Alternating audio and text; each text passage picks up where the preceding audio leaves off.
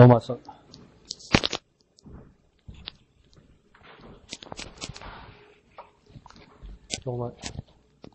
로마서 5장 1절에서 10절까지 달랐죠? 다 같이 읽겠습니다. 시작. 그러므로 우리가 믿음으로 의롭다 하심을 받았으니 우리 주 예수 그리스도로 말미암아 하나님과 화평을 누리자. 또한 그로 말미암아 우리가 믿음으로 서 있는 이 은혜에 들어감을 얻었으며 하나님의 영광을 바라고 즐거워하느니라. 다만 이뿐 아니라 우리가 환난 중에도 즐거워하나니 이는 환난은 인내를, 인내는 연단, 연단은 소망을 이루는 줄 암이로다. 소망이 우리를 부끄럽게 하지 아니함은 우리에게 주신 성령으로 말미암아 하나님의 사랑이 우리 마음에 부은 바 됨이니 우리가 아직 연약할 때에 기약대로 그리스도께서 경건하지 않은 자를 위하여 죽으셨도다.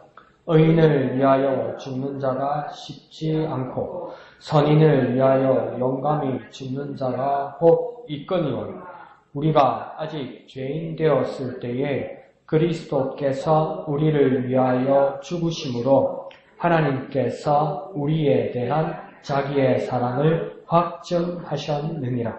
그러면 이제 우리가 그의 피로 말미암아 의롭다 하심을 받았으니 또 그로 말미암아 진노하심에서 구원을 받을 것이니 곧 우리가 원수 되었을 때에 그의 아들의 죽으심으로 말미암아 하나님과 화목하게 되었은즉 화목하게 된 자로서는 또 그의 살아나심으로 말미암아 구원을 받을 것이니라. 아멘.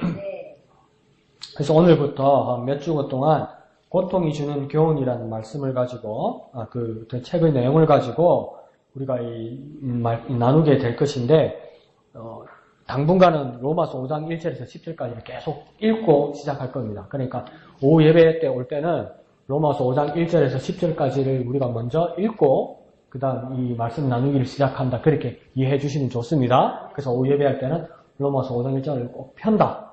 그렇게 생각하면 좋겠습니다. 그래서 이 내용은 레이 스테드먼이라는 목사님이 고통이 주는 교훈이라는 내용으로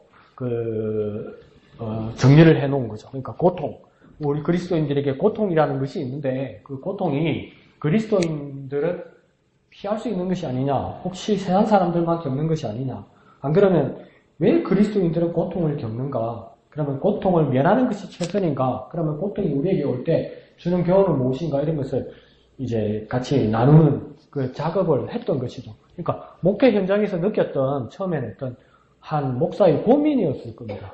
그리스도께서 우리에게 자유함을 주시고 참 위로를 주신다고 그렇게 선언했는데 돌아서서 가정생활하고 세상생활하고 사회생활하다 보면 함정에 빠지기도 하고 어려운 일을 겪기도 하고 고난 가운데 있는데 그 고난과 어려운 상황에 있는 사람을 보면 교회 다니는 사람, 예수 믿는 사람들도 있더라는 것이죠.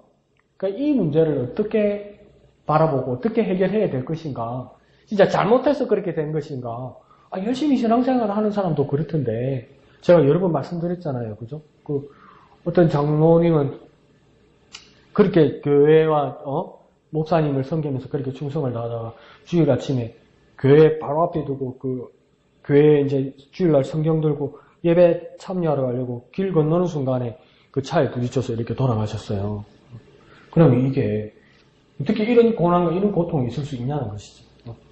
전에도 말씀드렸지만 어떤 아기는 초등학생인데 항상 교회를 가는데 부모님은 아직 교회를 가지 않는 분이고 그래도 주일마다 교회 가는 자기 아이가 귀여워서 한날 교회 앞에다가 이렇게 내려줬다는 거죠. 엄마 아빠가. 근데 엄마 아빠 보는 눈앞에서 그 아이가 교회를 들어가다가 사고로 죽었다는 거죠. 이런 고난과 이런 고통이 왜 그리스도인들에게 임하는가. 그것을 가지고 우리가 한번 이야기를 해보자. 그런 이야기였던 거죠. 근데 이게 우리나라나 누구에게만 있는 것이 아니라 세상 어디에도 그리스도인으로서 축복받았다고 생각하는 사람들이 겪는 고통들이 많이 있더라는 겁니다. 그래서 레이 스테드먼 목사님도 여러 지역에서 목회를 하고 또 말씀을 전하면서 그 강연할 때 아주 쓰라린 시련과 고통을 당하는 많은 이들을 자주 만나게 된다는 겁니다. 설교만 하고 그냥 가면, 부흥에만 인도하고 그냥 가면, 내가 하나님께 받은 말씀 그냥 드리고 이렇게 가면 되는데, 개인적으로 만나기도 하고, 상담을 받기도 하고, 같이 식사를 나누면서 그 개인의 생활을 겪은 것을 이야기를 하잖아요. 그러면, 목사 입장에서 정말 충격적인 이야기들이 많더라는 것이죠. 그러니까 또, 미국이란 사회에서 일어난 일들이니까, 더 우리나라에서 상상할 수 없는 일들도 있더라는 겁니다. 그래서, 어떤 그 버지니아에서 만난 한 부부의 이야기를 들었답니다. 그런데 뭐냐면 이 엄마 아빠가 자기 침실에서 잠을 자고 있는데 아침에 자기 아들이 10대인 아들이 갑자기 일어나가지고 엄마 아빠 그 침대에 들어오더니 총을 가지고 와가지고 엄마 아빠한테 쏘더라는 거예요. 그러니까 엄마 아빠가 얼마나 놀랐겠습니까? 그래서 막 엄마가 몰려가지고 도망가는데 도망가는 엄마를 향해서 막 총을 쏘더라는 겁니다.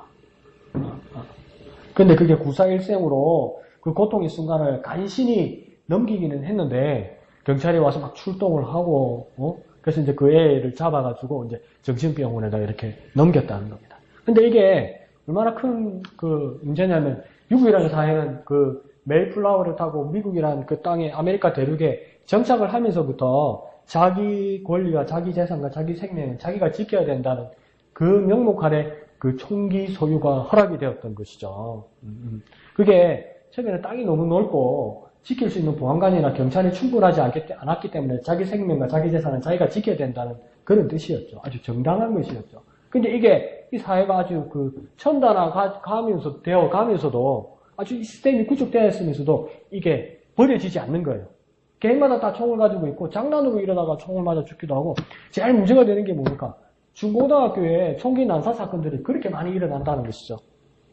문제아가 아니라도 적응 잘 못하는 아이들, 차별받던 아이들, 되게 내성적이던 아이들, 이런 애들이 막 그 학교에 들어와서 총을 가지고 쏘고, 선생님을 향해서도 쏘고, 그러다가 자기가 멍들어서 자기 스스로 자결 하기도 하고 막 이런 일들이 일어난다는 거죠. 근데 지금 미국의 인구가 한 3억 명 가까이 됩니다.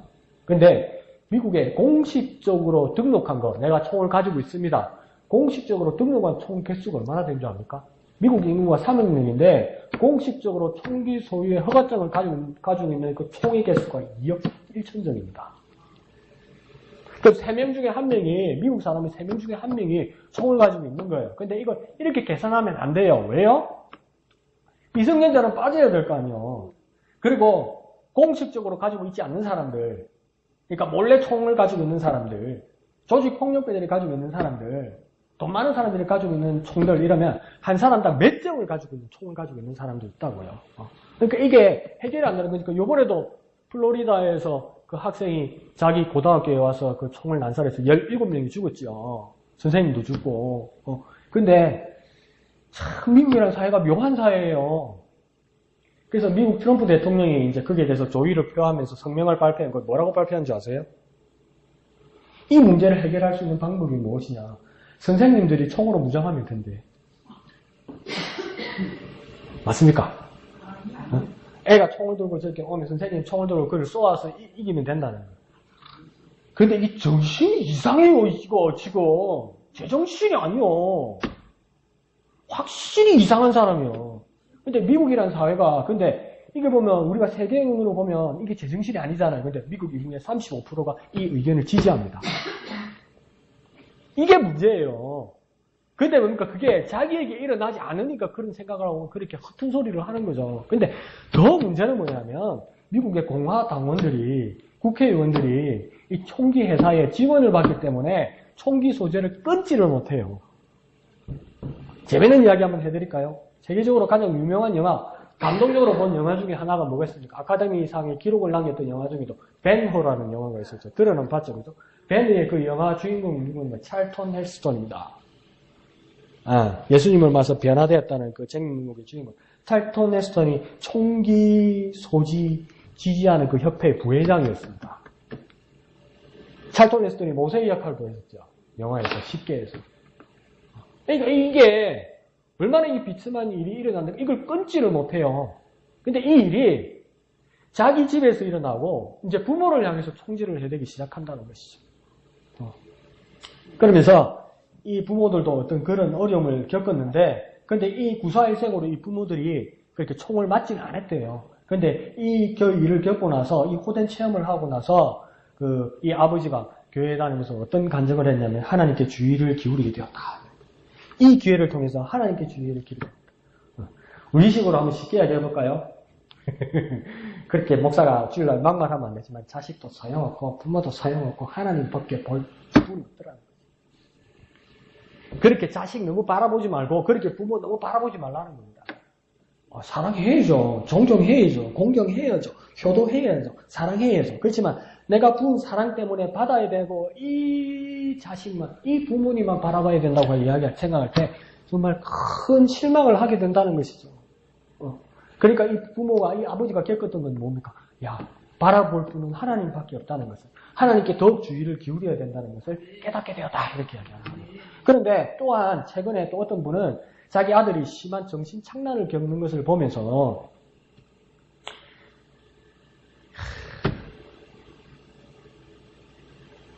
내가 이렇게 말하면 내가 이상한 사람이 됐다. 미국에 건강보험이 안 돼요, 여러분. 미국이라는 사회는 국가 건강보험 제도가 없어요. 자기 보험을 돈 주고 사야 돼요. 그래서 어떤 사람은 그러니까 내가 돈을 주고 보험을 산 만큼만 치료를 받을 수 있고 수술을 받을 수 있어요. 근데 내가 너무 가난해서 내가 보험이 없잖아요. 그럼 치료 못 받아요. 근데 뭐 빚을 내서 해준다는데 그거 안 그래요. 실상 안 그래요. 자꾸 이상한 소리 하는데 어떤 사람이 이 머리에 총을 맞은 거예요. 그래서 병원에 응급실에 미국에서 들어갔는데 이제 보험을 넣은 만큼 치료를 받은 거예요. 그래서 머리에 총을 맞았으니까 아직 죽지 않았으니까 머릿속에 있는 총알을 빼내야 되잖아요. 그래서 이제 두개골을 이렇게 드릴로 열어서 총알을 빼낸 거예요. 그러면 이제 그 인공 두개골을 넣어서 그 다음 봉합을 해줘야 되잖아요. 그래서 총알을 빼고 그대로 놔뒀어. 왜? 보험이 거기까지밖에 안 되는 거야. 우리나라에서 상상할 수 없는 일이죠. 건강보험에 적용된 사람들 다 혜택받는 거예요. 그게 안 돼. 그러니까 이전 오바마 대통령이 그걸 하려고 그렇게 했는데 건강보험을 하니까 미국 사람들 보수주의자들 입장에 그게 빨리 힘들어. 그러니까 이 자기 식구들 중에 누가 아파서 보험을 들지 않으면 특히 직장을 다니지 못해서 직장 보험이 없는 사람은 이거 아프면 큰일 나는 거예요. 사랑니 하나 뽑는데 막 100만 원, 200만 원씩 이래 나가는 거예요. 그러니까 여기서도 어떤 부모가 애가 정신착란, 그러니까 조현병 이걸 앓고 있는데 집에서 생활하기 힘들 만큼 이렇게 이제 정신병이 이제 위중한 거죠. 그러니까 병원에 입원시키는데 보니까 1년에 5천만 원이 들다. 근데 그게 이 정신적으로 이렇게 아픈 분들은 그렇게 몸이 아파서 돌아가시는 분들이 아니잖아요. 그러니까 건강하게 육체적으로 지내시잖아요. 그러니까 이 애가 매년 이 애 밑에 5천만 원을 넣어야 되는데 이 얼마나 힘들고 어려운 일입니까? 그런데 이 일이 뭡니까? 예수 믿는 집에서 이런 일이 일어나더라는 겁니다. 그리고 어디를 가든지 그 암과 싸우고 있는 분들을 우리 자주 만나게 되죠. 두 가지 질환 아닙니까? 대부분 그 심장 질환, 그러니까 심장에서 오는 혈관, 그래서 뭐 소위 말하는 중풍, 안 그러면 암 이런 걸로서 고생하고 고난받는 분들, 너무나 문제가 많고 너무나 혹독하다는 사실을 이 레이 스테드만 목사님도 알게 되었다는 거죠. 그러니까 내가 또 저와 여러분이 이런 이야기를 나누는 것은 뭐냐면 우리 가운데서 어려움이나 위험이 처한 사람이 있다면, 위험이나 어려움이나 고통을 겪고 있는 사람이 있다면 내가 유일하게 고통 겪는 자가 아니라는 것을 알려주기 위해서 말하는 겁니다. 그러니까 나만이 이런 고통을 겪는다고 생각해서는 안 된다는 거예요. 나만 특별하게 내가 제일 힘들다고 말해서는 안 되는 거예요. 만나서 이야기를 하면 그게 제일 어려운데 저도 그게 제일 안 돼요. 상담하러 왔습니다 하면 이야기하는 거 보면 내 이야기를 들으러 온 목적이 아니야. 가만히 보면 자기 이야기하러 왔어. 그러니까 내가 어떻게 뭐 중간에 끼어들어서 뭘 말씀을 해드리려면 안 들으려고 그래. 자기 이야기만 하고 그러면 2시간도 좋고 3시간도 좋고 내가 어떻게 아프고 어떻게 고생했고 그래서 나중에 뭐랍니까? 목사님 제가 할 이야기 반도 못했어요. 목사님 내가 살아온 이야기를 하면요 책이 한 질 10권이 돼도 모자랄 거예요. 소설을 쓰면요 막 그런 이야기를 해요. 네? 여기 자매 끌려고요. 그 플러그 뽑으세요. 플러그 뽑으면 돼요. 내가 좀 이쪽으로 당기세요. 더우면. 그러니까 내만 당하는 고통이라고 생각하는데 모든 사람들이 당하는 고통이에요. 그러니까 내가 지금 특별하게 당하는 고통이라고 생각해서는 안 된다는 겁니다. 그러니까 더 냉정하게 말하면 고통은 모든 그리스도인들이 어떤 형태로든지 경험하게 되어 있는 겁니다. 모든 그리스도인들이 고통받는다는 겁니다. 사실은요, 냉정하게 말하면 모든 그리스도인들이 고난받고 고통받고 있다는 겁니다. 아, 내가 뭐 잘못해서 그런가 보다. 그러기 전에 현실을 이야기하자고요. 현실을. 사실을 이야기하고 내가 경험하는 현장에서 이야기를 하면 모든 그리스도인들은 고통받고 있다고요. 모든 그리스도인들은 고난 가운데 있을 수 있다고요. 나만 특별하게 그런 것이 아니라고요. 내가 살아온 인생, 고생한 인생, 고생담을 책을 써서 책이 10권이 된다고 하면 저 사람 혹시 20권 돼야 될지 모른다고요.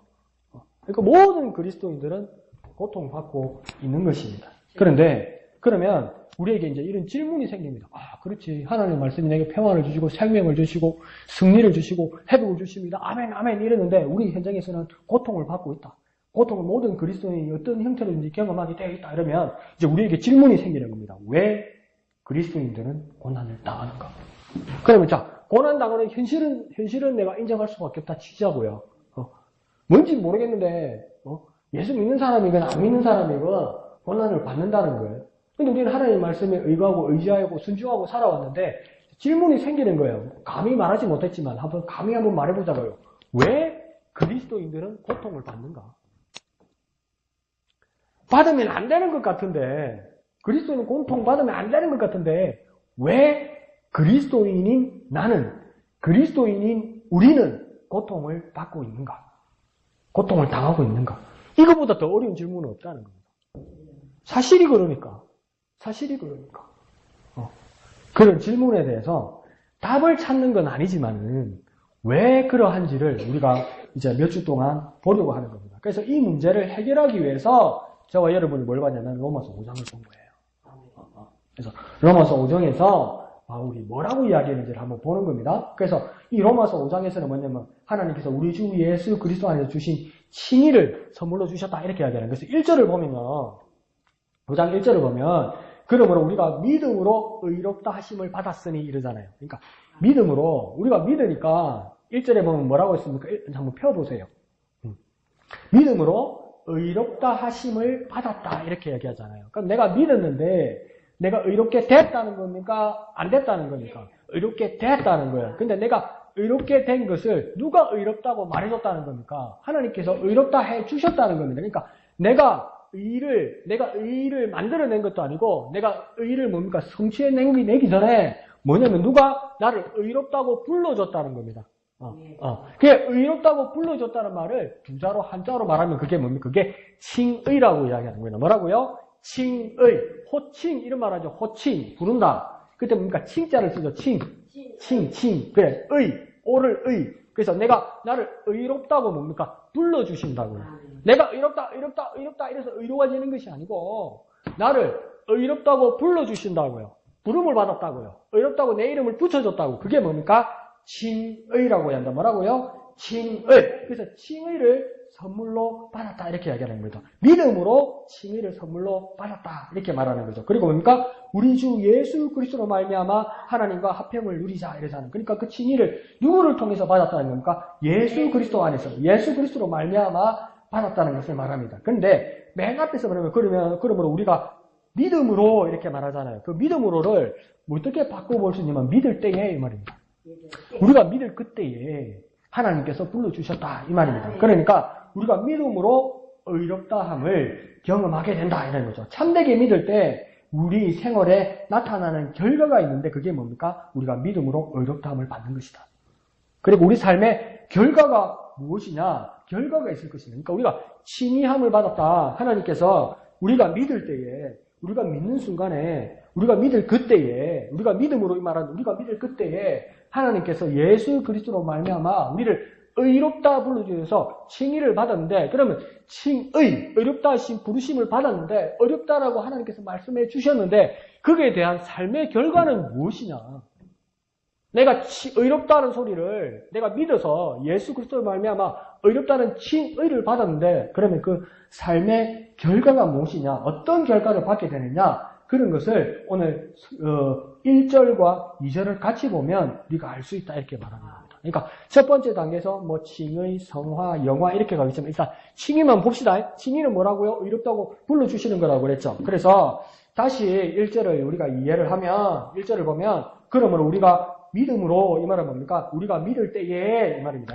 우리가 믿을 때에 의롭다 하심을 받았으니 이라잖아요. 그러니까 의롭다 하셨다는 말은 뭡니까? 칭의를 뭡니까? 우리가 받았다 이러잖아요.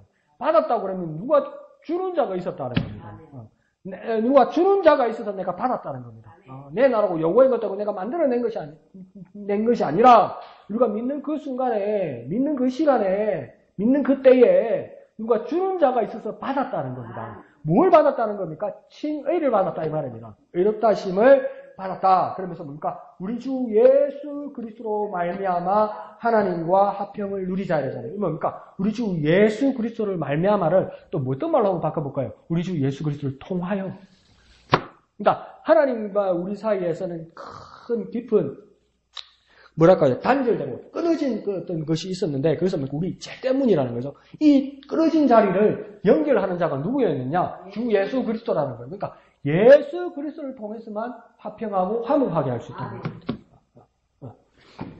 그래서 예수 그리스도를 말미암아를 예수 그리스도를 통하여 이렇게 이해해도 좋습니다. 자, 그러면서 2절에서는 뭡니까? 또한 그로 말미암아 이러잖아요. 여기서 그는 누구이겠습니까? 그가 누굽니까? 예수 그리스도입니다. 예수 그리스도로 말미암아는 예수 그리스도를 통하여 이 말이죠. 우리가 예수 그리스도를 통하여 우리가 믿음에 서 있다 이러죠. 믿음의 자리에 있을 때에 뭔가 있는 이 은혜에 들어감을 얻었다. 그러니까 예수 그리스도를 통해서 우리가 믿음으로써 그러니까 우리 믿음도 누구를 통해서 오는 겁니까? 예수 그리스도를 통해서 오는 거예요. 그러니까 이게 막 헷갈리고 이기 때문에 분쟁이 있고 이것 때문에 논쟁이 있기도 하죠. 하나님께서 먼저 우리를 택하신 것이냐 우리가 믿을 때 구원받은 것이냐 하나님께서 선택하셔서 하나님께서 미리 우리가 나기도 전에 하나님께서 우리를 선택하셔서 우리를 구원하신 것이냐 안 그러면 하나님께서 구원의 장을 열어놓고 우리가 믿음을 가졌기 때문에 그때에 우리가 구원을 받는 것이냐 이거 가지고 막 논쟁도 있죠. 근데 이게 다 맞다고 이야기할 수도 있고 완벽하지 못하다고 할 수도 있어요. 그런데 오늘 1절을 보면 최소한 그래도 우리가 그 칭의를 받는 것, 의롭다 하심을 받는 것은 우리가 믿음을 하나님 앞에 드려야 칭의를 받는 것 아닌가. 그러니까 우리가 더 중요한 것은 뭐냐. 믿음이 일단은 있어야 되는구나. 1절만 보면 그래요. 그게 맞는 말인 것 같아요. 그러니까 하나님께서 구원의 장을 예수 그리스도 통해서 열어놓고 아무리 하나님께서 베드로 전서의 말씀대로 모두가 구원 얻기를 바라는 하나님의 뜻이 있어도 우리가 믿어야만 구원받고 믿지 않으면 구원 못 받는다. 그러니까 내가 믿든지 안 믿든지 선택을 해야 된다. 이 말도 1절만 보면 맞아요. 그런데 2절을 보면 아까 읽었을 때 뭐랍니까? 그로 말미암아 우리가 믿음으로써 이래요. 그러니까 우리 믿음도 누구를 통해서 믿음을 가지게 된다는 겁니까? 예수 그리스도를 통해서 가진다는 거예요. 그러니까 그러면 목사님 그러면 하나님께서 미리 선택하신 게 맞습니까? 그러 말하면 또 내가 한쪽 편만 드는 거잖아. 그러니까 내가 잘은 모르는데 이걸 더 쉽게 말해볼게요. 하나님의 은혜가 너무 크다는 거예요. 그러니까 우리가 믿음을 가지는 것도 믿음이 없으면 예수를 믿지 않으면 구원 못 받는 거 맞잖아요. 근데 이 믿음이 내게서 왔다고 말하는 사람도 있고 하나님께서 우리에게 자유의지를 주셨기 때문에 그렇지만 오늘 2절을 보면 뭡니까? 이 믿음도 내게서 나온 것이 아니라고요. 나 강은경이 예수 그리스도를 믿어서 구원을 받았지만 이것은 내게서 나오는 그 믿음이 아니라 이전에 누구를 통해서요? 그로 말미암아 예수 그리스도를 통해서 믿음을 가지게 된다는 겁니다. 그러니까 이게 엄청 우리가 생각하는 것보다는 엄청나게 큰 은혜라는 겁니다. 이 믿음이 엄청나게 큰 은혜로 주어졌다는 거예요. 그 은혜란 말은 뭡니까? 선물이라고요. 선물은 내가 돈 주고 산 겁니까? 안 산 겁니까? 안 산 거예요. 그냥 받은 거예요. 선물을 돈 주고 사는 놈이 어디 있어요? 저 같은 놈이 있죠. 못된 놈. 선물 교환하는데 막 뒤에 사과 해가지고 좋은 거 달라고 크리스마스 때 교회에서 정말 나빴어. 근데 그러니까 진짜 은혜는 그러니까 선물이라서 내가 돈 주고 사는 게 아니잖아요. 그러니까 그 믿음도 그러니까 예수 그리스도께서 주신 선물이라는 거예요. 그래서 믿음으로 서 있는 이 은혜에 들어감을 얻었다 이러잖아요. 그러면서 그 다음 뭐라고 이야기합니까? 2절 끝에 보면 하나님의 영광을 바라고 즐거워하느니라. 그러니까 예수 그리스도를 통해서 가진 우리 믿음이 은혜 안으로 들어가게 되고 또 뭡니까? 하나님의 예수 그리스도를 통해서 하나님의 영광을 바라보게 되었다. 그 하나님의 영광이라는 건 뭡니까? 정확하게는 뭔지는 모르겠지만 빛이라는 거죠. 하나님이 빛이신데 세상 가서 생각하는 그 빛이 아니에요. 그러니까 창세기도 보면 그냥 뭉뚱그려서 그래 막 좋게 좋은 거다 이러면 이렇게 할 수 있는데 따지면 뭐가 아리까리 이런 게 있어요. 그게 뭐냐면 첫째 날 하나님이 창세기에서 1장에서 무엇이 있으라고 이야기했어요? 빛이 있으라고 그랬어요. 근데 제가 중고등학교 때는 빛이 있으라고 하니까 빛이 있었고 그 다음에 뭡니까? 저녁이 되고 아침이 되니 이는 첫째 날이라고 이야기했잖아요. 그래서 제 생각에는 그게 하나님이 태양을 만드신 거라고 생각했거든요. 근데 태양 만드는 거 뒤에 있잖아요. 해 달로 낮을 주견하고 해를 주견하고 달과 별로 밤을 주고 그러니까 이 해라는 빛하고 첫째 날 빛이 있으라는 이 빛하고 왜 이 두 분을 말했을까? 이게 다를 수도 있다는 거죠. 근데 여기서 또 오늘 2절에서는 뭐냐면 하나님의 영광을 보게 된다고 이야기하잖아요. 그러니까 이것도 빛인데 또 다른 빛이라는 거예요. 근데 이 빛이 얼마나 감당하기 힘들었던지 모세가 하나님을 보여달라고 그럴 때 하나님께서 모세에게 뭐라고 합니까? 내가 니를 다 보여줄 수 없고 그래서 내가 지나가는 모습만 보여주겠다면서 모세에게 어디에 있으라니까? 바위 틈으로 있으라고 이야기하잖아요. 그러니까 하나님의 영광을 사람이 감당할 수 있었습니까? 없었습니까? 감당 못해요. 감당 못해요. 그러니까 하나님이 지나가는 거 그것만 느끼게 모세에게 그것만 해도 모세에게 얼마나 큰 영광이었습니까? 그러니까 모세가 시내산에서 하나님께서 부르셔서 40일 동안 하나님 앞에서 그 율법을 그 십계명 두 돌판을 받았잖아요. 받아서 이렇게 이제 백성들이 있는 곳으로 내려오니까 얼굴에 그 빛이 너무 나가지고 그 사람들이 감당을 못 하잖아요. 그러니까 어떻게 했습니까? 수건을 썼잖아요. 수건을 써가지고 그래서 이제 경험돼. 그러니까 그거 모세가 하나님을 경험한 그것만 가지고도 사람들이 감당하지 못하는데 어떻게 하나님의 영광, 그러니까 2절에 보면 하나님의 영광을 바라고 하나님의 영광을 바라볼 수 있겠냐는 거예요. 불가능한 일이었어요. 정말 감당하기 힘든 일이었어요. 근데 이것을 1, 2절을 정리해보면 예수 그리스도 때문에 예수 그리스도를 통하여서 하나님께서 주신 믿음 때문에 그 은혜 가운데 있어서 이때까지 많은 선지자들과 심지어 백성들이 진짜 모세도 바라보지 못했던 하나님의 영광을 감히 우리가 바라보고 누리게 되었다 이 말입니다. 이게 어디로부터 일어날까? 칭의. 어렵다 불러주신 것 때문에. 그러니까 하나님이 불러주신 것 때문에 우리는 그때 옛날 몰래카메라 같은 거 정말 웃기는 장면이 있었는데 뭐라냐면 애들도 그런 장난을 많이 쳤다고 그러더군요. 지하철 같은 데 있잖아요. 문이 이렇게 착 열리면 뛰어 들어가가지고 문 닫히기 전에 나는 람보다 이러면서 다다다다다다다다다 이러고 막 도망가고 이랬다고 그러더라고요. 근데 미국에서 그러면 큰일 납니다. 경찰한테 진짜 총 맞습니다. 진짜 총 가지고 오죠. 우리나라니까 그래 장난치면 되지. 큰일 나요. 아무 장난이나 하면 안 돼요. 외국 가서는. 안주머니에 손 넣고 이러면 안 됩니다. 경찰 앞에서. 총 맞습니다. 그러면 경찰 총성기 정당방입니다. 근데 누가 어떤 장난을 치냐면, 어른들한테 그런 장난 치면 안 되지, 사실은. 근데 뭐라냐면, 가면서 사람들이 어떤 반응을 할까, 몰래카메라들아, 나는 람보다 너는 누구냐, 이러는 거예요. 나는 람보다 너는 누구냐, 이러니까, 그 몰래카메라 정당방이 어떤 할아버지가 지나가면서, 나는 람보다 너는 누구냐, 그러니까 할아버지가 람보가 누군지도 모르잖아요. 그러니까, 나는 람보다 너는 누구냐, 그러니까 할아버지, 뭐 임마? 이러는 거예요. 그러니까, 나는 람보다 너는 누구냐, 그러니까 할아버지, 그래, 니 람보 해라, 이 새끼야. 이러는 거예요. 그러니까 이게 뭡니까? 감히, 우리는, 이 람보 해라, 임마. 이랬다고, 그 사람이 진짜 람보라는 영화 주인공이나 전사가 된 겁니까? 아니죠.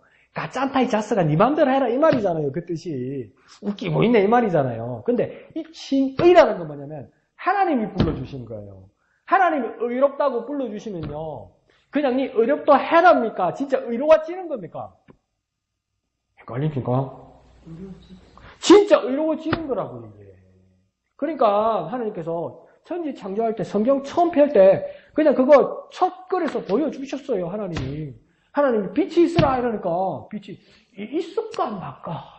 내가 저 말을 들어야 될까 말까? 빛이 그랬습니까? 빛이 그대로 생기더라는 거니까 하나님 말씀에 없던 것이 생기더라는 거 아닙니까? 그와 마찬가지로 죄인이었던 우리를 향하여서 하나님 우리를 의롭다, 예수 때문에 의롭다 불러주시면 죄인이었던 우리의 모습도 의로워지는 겁니까? 안 의로워지는 겁니까? 그냥 의롭다 해라. 그냥 이 맘대로 하면 해봐랍니까? 진짜로 의로워지는 것 아닙니까? 그래서 그 칭의가 얼마나 은혜롭고 감사한 거냐는 거예요. 하나님께서 우리를 의롭다고 불러주셔서 하나님의 영광을 바라보게 되었다는 겁니다. 엄청난 은혜지요. 그래서 2절 끝에 뭐라고 합니까? 바라고 즐거워하느니라 이렇게 말해요. 즐거워한다는 말을 또 다른 말로 한번 바꿔서 얘기하면 기뻐한다 이 말입니다. 기뻐한다. 이게 정말 참 기쁨인가? 처음에 내가 예수 믿고 예수님 말씀만 들어도 예수라는 그 이름 두 자만 들어도 눈물 나고 감사하고 감격하고 예수님 때문에 죽었던 내가 살았다 이랬는데 그래서 내가 하나님께서 정말 하나님 그 말씀으로 천지를 창조하시고 말씀으로 어떤 것을 잊게 하시고 만복을 잊게 하시고 그 말씀으로 모든 것을 만드신 하나님께서 그 말씀, 그 말, 그 소리를 아끼지 아니하시고 죄인된 나를 향하여서 네가 의롭다 이렇게 칭의해서 불러주시는 거 내가 의롭게 되어버린 거예요. 이 감격이 정말 내게 즐겁고 기쁜 것이 되는가. 그 어느 순간 하나님이 내게 칭의보다도 돈, 명예, 권세, 자리 막 이런 것이 막 욕망이 생기더라는 겁니다. 그 뭡니까? 부패한 거죠. 변질되어 가는 거죠. 조금 더 다른 거요 이렇게 되는 거죠. 칭의? 어디다 써먹을 겁니까? 이렇게 되는 거죠. 근데 뭡니까? 즐거워하고 기뻐하고. 사실은 뭡니까? 그러니까 그리스도인으로서 성숙의 단계에서 첫 단계에서 우리가 칭의를 받게 되는데 또 첫 단계는 칭의인데 이 칭의, 의롭다고 부르시는 것에 대해서 기쁨이 있다고 이야기하는 겁니다. 그러면 목사님 오늘 제목이 고통이 주는 교훈인데 그러면 가장 주제가 고통이고 고난인 것인데 고난을 이야기하면서 기쁨, 즐거움을 말해주면 목사님 잘못된 거 아닙니까? 이렇게 여러분이 질문할 수 있어요. 저도 의문이 들 수 있어요. 그죠? 오늘 주제는 고통 아닙니까? 고통이 주는 교훈 아닙니까? 근데 이 칭의 첫 번째 단계에서는 뭐냐면 기뻐한다고요. 즐거워한다고 이야기했잖아요. 그러면 고통이 있으면 안 되는 거잖아요. 그죠? 1절, 2절만 보면 고통이 있으면 안 되는 거죠. 고통이 있으면 우리가 뭐가 잘못된 거죠. 근데 이게 첫 번째 단계인데 즉각적으로 우리에게 기쁨이 있는 것이 우리의 자리이고 장차 주님과 함께 있을 것이므로 기뻐하게 되고 미래에 대한 소망을 가지게 되고 죽음을 넘어선 소망을 가지게 되고 지금 우리의 삶에서도 기쁨을 가지게 되고 이게 우리의 첫 번째 단계인데 이걸로 끝나는 것이 아니라 바울은 계속해서 이야기합니다. 이것 말고 다른 단계가 있다. 이 칭의를 받는 단계뿐만 아니라 다른 단계가 있다. 그것이 뭡니까? 3절에서 5절까지 있다. 2절까지만 하면 딱 좋겠는데 그리고 하나님 딱 약속 지키고 내가 그대로 딱 누리고 살면 좋겠는데 그 기쁨과 즐거움 외에 그 다음 단계가 있는데 그것이 무엇입니까? 3절과 5절에 있다. 그러면 3절과 5절을 다시 한번 읽어볼까요? 3절에서 5절까지요. 3절 다 같이 있습니다. 시작! 다만 이뿐 아니라 우리가 환난 중에도 즐거워하나니 이는 환난은 인내를 인내는 연단은 소망을 이루는 줄 알미로다. 소망이 우리를 부끄럽게 하지 아니하는 우리에게 주신 성령으로 말미암아 하나님의 사랑이 우리 마음에 부은 바 되니니 아멘. 그 3절에 뭐냐면 다만 이뿐 아니라 이렇게 3절에서 시작하잖아요. 즐거워하고 기뻐하는 칭의를 통해서 즐거워하고 기뻐하는 이 단계를 넘어선 그 다음 단계가 있다. 그러면서 뭐라고 하냐면 정말 무시무시한 소리입니다. 환난 중에도 이런 말하는 거예요. 그러니까 기쁜 다음에 올 것이 막 더 높은 단계, 더 나은 단계, 더 위대한 단계, 막 더 영복의 단계, 더 신비로운 단계 이렇게 가야 되는데 갑자기 뭐가 시작됩니까? 환난 이럽니다.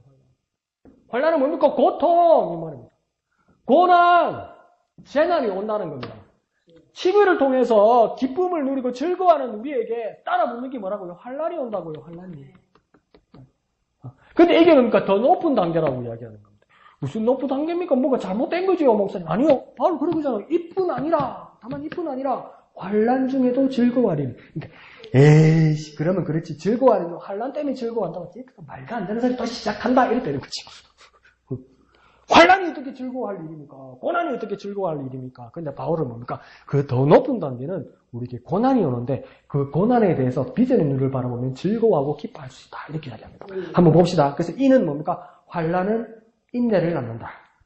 그 다음 4절을 보면 인내는 연단을 낳는다. 그죠? 근데 인내는 연단을 낳는다 할 때 연단이라는 것은 여러분 뭔지 이제 대강 아시죠? 연단이 뭡니까?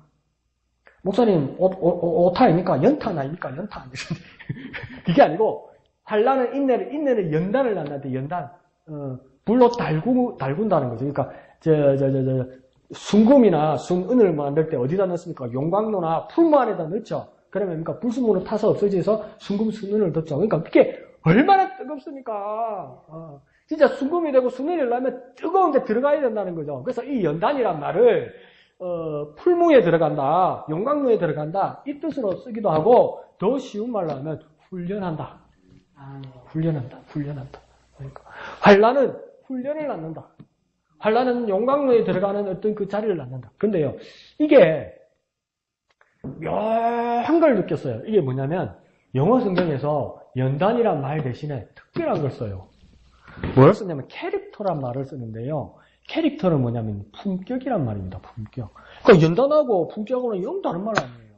훈련하고 품격하고는 영 다른 말 아니에요. 근데 영어 성경에서 봤을 때 이건 뭐냐면 환난은 인내는 품격을 낳는다 이 말입니다. 그러니까 한글 성경에서는 과정을 중심으로 써서 연단이란 말을 쓴 거예요. 과정. 그런데 영어 성경에서는 결과를 본 거예요. 결과를. 그러니까 연단이란 어려운 시간, 훈련이란 어려운 시간을 통해서 뭐가 나오게 되냐면 품격이나 인격이 나온다는 거죠. 완성품이 뭡니까? 인내를 통해서 품격이나 인격, 그것을 낳는다 이 말입니다. 그래서 그다음 연단은 뭘 낳는다고 합니까? 소망을 낳는다 이렇게 하죠. 근데 이게 한 가지 더 봅시다. 연단을 지금 뭐라고 제가 바꾸었냐면 훈련인데 영어 성경은 품격이고 이게 참 목사님 이러면 어떡합니까? 뭘 통일을 시켜야지 싶은데 공동번역에서는 이 품격 대신에 이 연단 대신에 뭐라고 쓴 줄 아십니까? 끈기라고 썼어요. 끈기. 그 인내에다 끈기를 쓰면 되잖아요. 그죠? 근데 끈기란 말을 썼어요. 끈기. 인내하고 끈기하고 비슷한 말 같잖아요. 그런데 뭐냐면 이 연단에다가 끈기란 말을 썼어요. 그러니까 목사님 그럼 쉽게 한번 묶어봐요. 억지로 묶으면 끈기라는 품격을 낳는다는 겁니다. 끈기라는 인격을 낳는다는 겁니다. 목사님 끈기라는 품격과 끈기라는 인격은 무엇일까요? 더 쉽게 한번 이야기해 볼까요? 냄비같이 팔팔 끓었다가 팍 식는 그런 인격이 아니라 정말 가무소처럼 막 지그시 막 오래가는 그 인격을 낳는다는 겁니다. 그래서 끈기라는 품격을 낳는다 이 말입니다. 무던하고 변치 않고 반석 같은 그 품격을 낳는다 이 말입니다. 그래서 환난은 인내를 낳고 인내는 연단을 낳는데 이 연단은 훈련과 같고 그러니까 끈기와 같은 품격을 낳는다 이 말을 하는 겁니다. 근데 무엇으로 시작된 겁니까? 환난으로부터 시작된 거예요. 환난으로부터 그 일이 시작되었다 이렇게 이야기하는 거죠. 그러면서 연단은 또 뭘 낳는다고 이야기합니까? 소망을 이루는 줄 알미니라. 근데 그 연단, 그 고난을 통해서 참 칭의를 받은 그리스도인들은 뭐냐면 소망을 가지게 된다. 소망을 가진다. 변화될 그 미래를 바라보게 된다. 그걸 영어를 쓰는 사람은 뭐랍니까? 비전을 가지게 된다. 이렇게 얘기하죠. 비전. 그러니까 앞에 지하에서 우리 같이 이야기 나눴던 것처럼 뭡니까? 한 치 앞을 보는 것이 아니라 두 치, 세 치를 넘어서 더 멀리 바라보는 것을.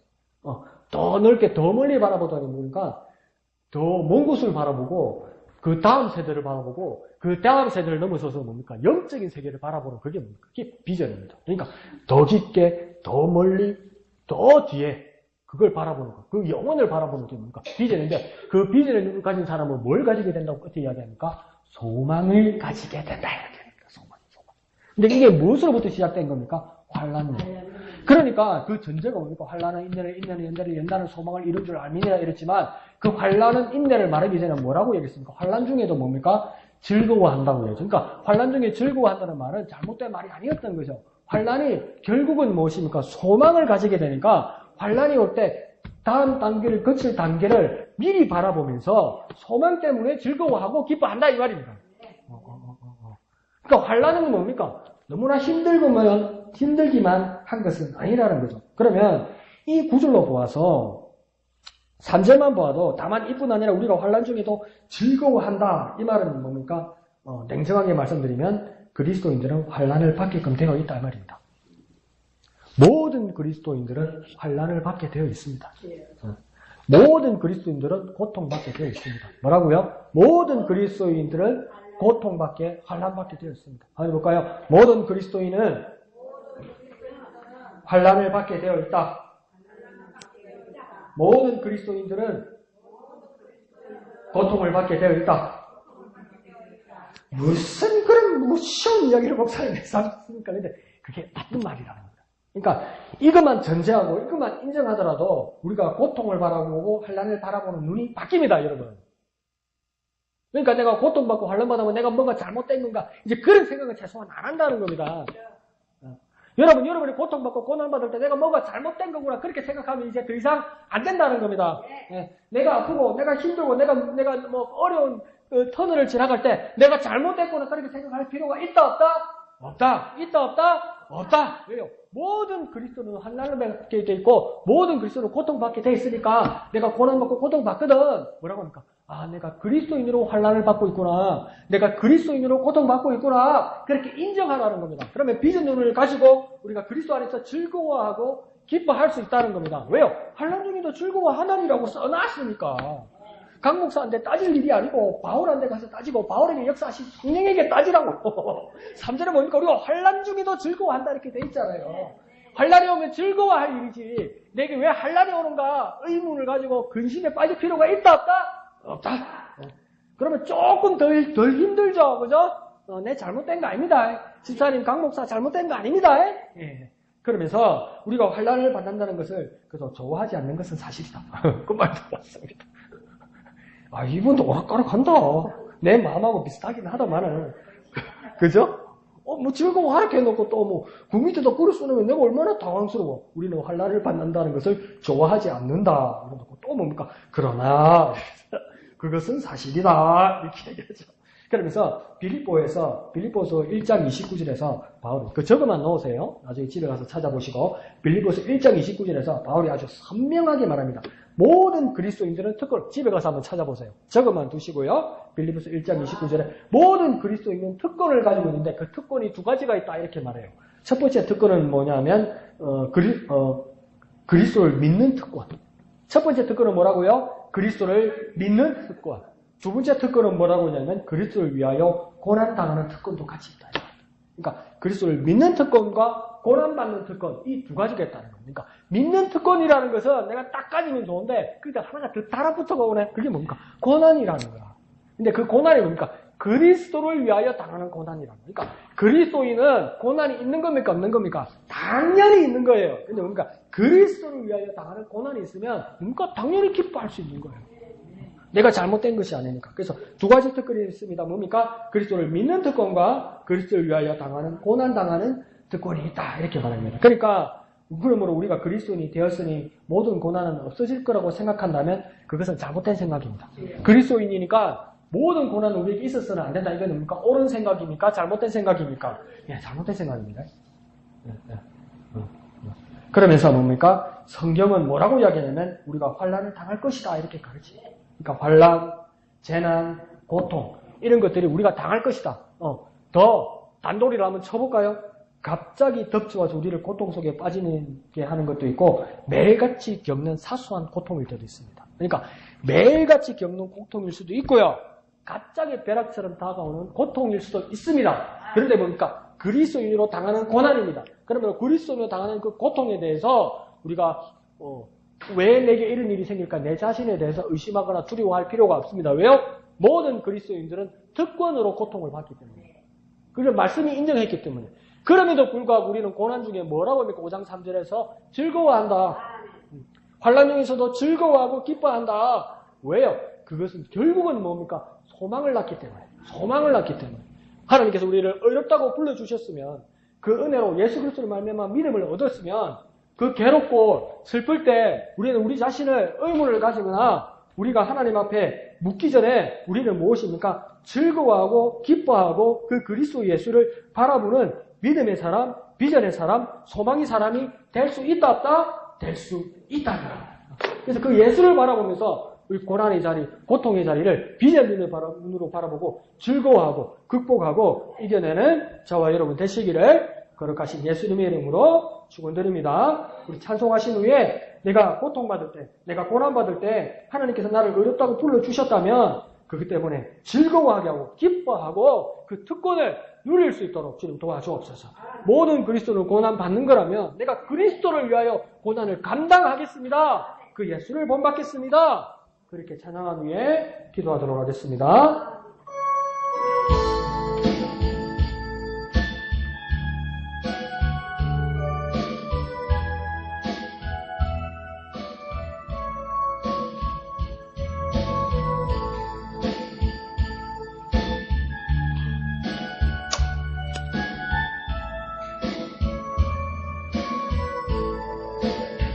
괴로울 때 주님의 얼굴 보라 평화의 주님 바라보아라 세상에서 시달린 친구들아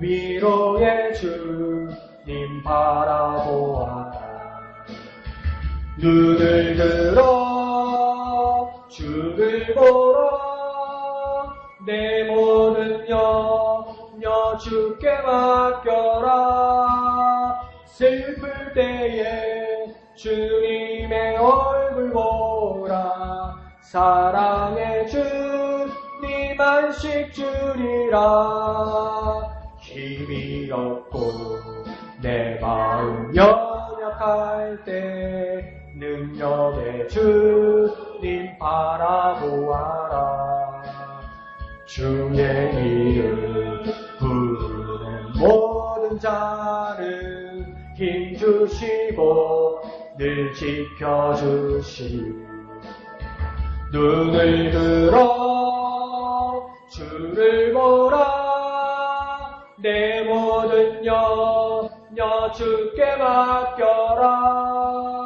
슬플 때에 주님의 얼굴 보라 사랑의 주님 안식 주 눈을 들어